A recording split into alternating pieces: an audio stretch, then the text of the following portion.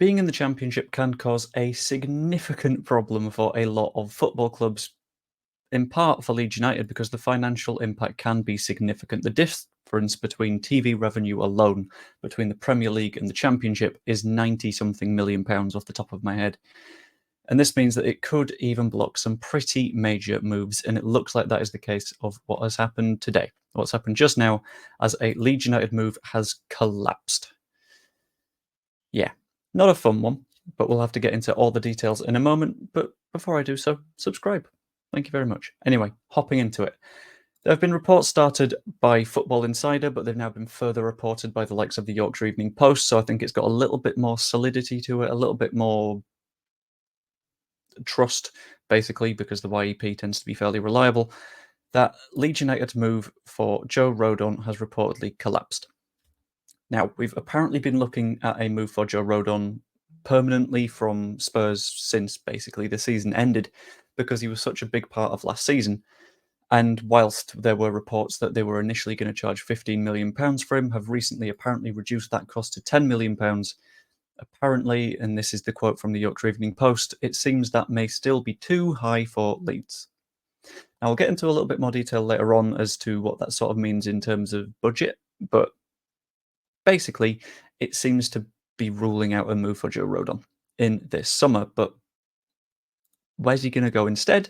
Apparently, one of the Premier League clubs. Basically, all the clubs that have been promoted from the Championship this season are now seemingly interested and have been reported to be looking at Joe Rodon, which makes sense. They saw with their own eyes that Joe Rodon was really very good, and now they want him themselves, which for Ipswich makes a hell of a lot of sense. The defence is a dead camera. Well done. Fantastic. 1 second. There we go. Their defence was very League One at the end of the season, which is not very ideal when you're pushing up for the Premier League.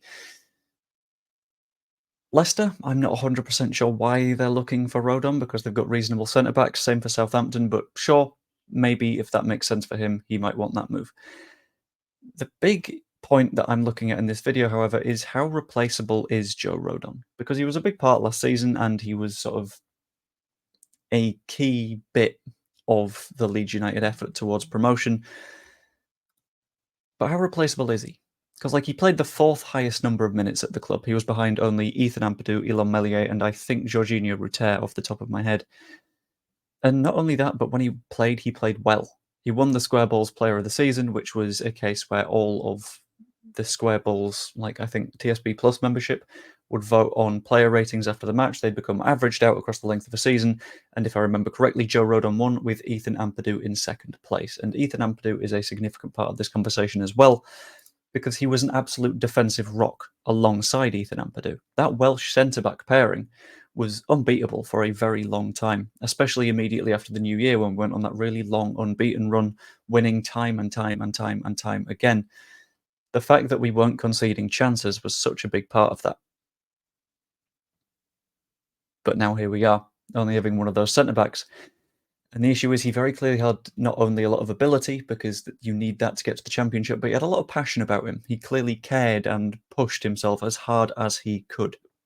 However, no player is completely replaceable. And having a look at Joe Rodon, there is a lot there that you could say, maybe we can do some chopping and changing. Maybe we can look for something elsewhere. Because on a technical level, Joe Rodon wasn't necessarily special. A lot of it was his mental attributes. A lot of it was his leadership and his ability to sort of run what's going on the pitch around him. But on a technical level, he was fine enough. His positioning was good. Challenging was good. Running was good. His passing was decent. But there was nothing individually that was sort of excessively brilliant. His consistency, in my opinion, was one of the best attributes of him, to be honest with you, and we need to acknowledge that £10 million is a lot of money. The average Championship signing is, what, a couple of million quid?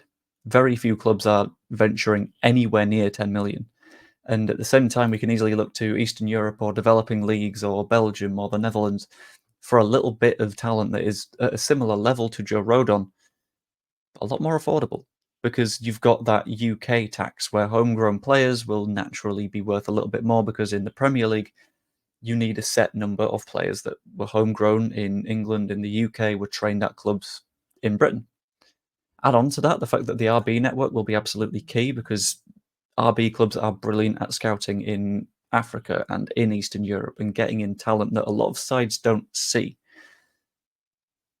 I think that we're looking pretty good for replacing him without having to spend £10 million. Also acknowledge that the trickiest to replace attribute there is leadership. That's just a question of signing someone a little bit older that's got plenty of experience that hasn't necessarily hit their skill ceiling yet.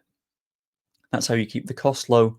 You look at the potential to grow into becoming a Premier League player and ultimately save a little bit of money on a decent replacement. And there are some potential signings that I've looked at, and I do feel like this is another video for another time, looking through potential candidates to fit into Leeds United and maybe play for us at centre-back. I've just listed a couple here. First up, you've got Peterborough's Ronnie Edwards, who is regarded as a wonder kid in many, many, many places. It's surprising to me he's not gotten a move away from Peterborough yet, and it would be spectacular if we were to pick him up. I think he's 20, 21 years old, but he's showing an incredibly high skill ceiling. He's basically leading that back line, someone we should definitely be looking at. In addition to that, there's a rumour that we are constantly linked with that would be very, very affordable, and it's Nat Phillips, who surely will be discussed, whether that's on loan or whether that's permanent. There'll be a conversation around that. I don't know if he's Joe Rodon sort of level, but can't be awful because he keeps finding himself moves and playing football. And also linked with Liverpool, there are rumours of signing Quansah on loan, which wouldn't be too bad. He's very clearly got a lot of skill, finds his way into the Liverpool 11 from time to time, so I think he'd be decent enough in the Championship, and he'll want minutes. And then outside of the UK, we're linked with the likes of Jordan Turungariga, again, who will cost something like €2 to €3.5 million because he's just got a year left on his contract now, and there aren't that many rumours from other clubs surrounding his departure, and he's got a lot of talent. Ultimately, there is plenty for us to consider in terms of next steps, and whilst this Joe Rodon setback will feel like it's just that, it will feel like a setback, like it's hit us quite hard. There are a lot of options, and we need to be intelligent with our money in this window, because that means that no matter what next year, we don't want to be looking at PRS and going, what do we do now? We want to be in a position where we're like, okay, we're nice and comfortable. Ideally, we've gotten promoted, and we'll want a squad that is potentially decent enough for the Premier League as is. But you can never be certain. I can also never be certain of what you guys think. So let me know what you guys think down in the comments below. Like the video if you enjoyed it, and subscribe. You could even be a channel member if you fancy all that money is still going to Prostate Cancer UK. Come on, words. I'm very tired. So either way, I hope you enjoyed, and I will see you later.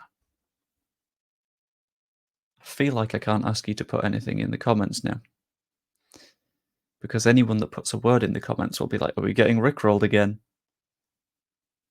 No, that's fine. This time just put like a 07, so it's like the salute. That'd be nice. Ta-ra.